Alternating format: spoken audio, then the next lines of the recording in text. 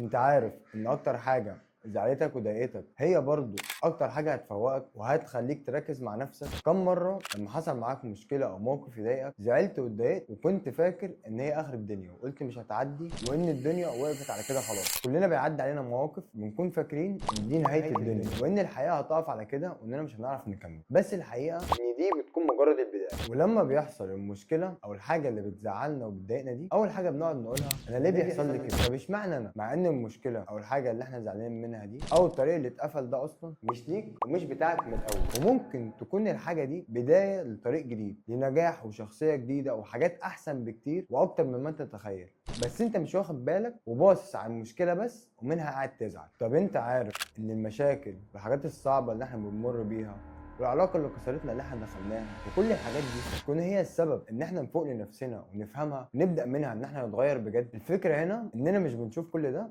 وبنزعل وبنقفل على نفسنا، مع اننا مش واخدين بالنا ان ده ممكن يكون بدايه لنور وطريق جديد وحاجات احسن من اللي احنا كنا فيها. لازم نكون عارفين ان التعب اول طريق النجاح، وان الطريق الضلمه اخره فيه نور. وكمان اي حاجه حصلت ليك او مريت بيها هي حصلت ليك عشان تتعلم منها وتفهم. ما ينفعش تزعل على طريق اتقفل او حاجه راحت منك. اتعلم من كل اللي فات وخليك عارف ان كل ده كان اول طريق انك تكون احسن وافضل وانك تطلع افضل نسخه من نفسك. وخليك عارف ان اللي راح منك مش بتاعك من الاول، وان كل بدايه تعب ده اول طريق للنجاح والفرح والسعاده.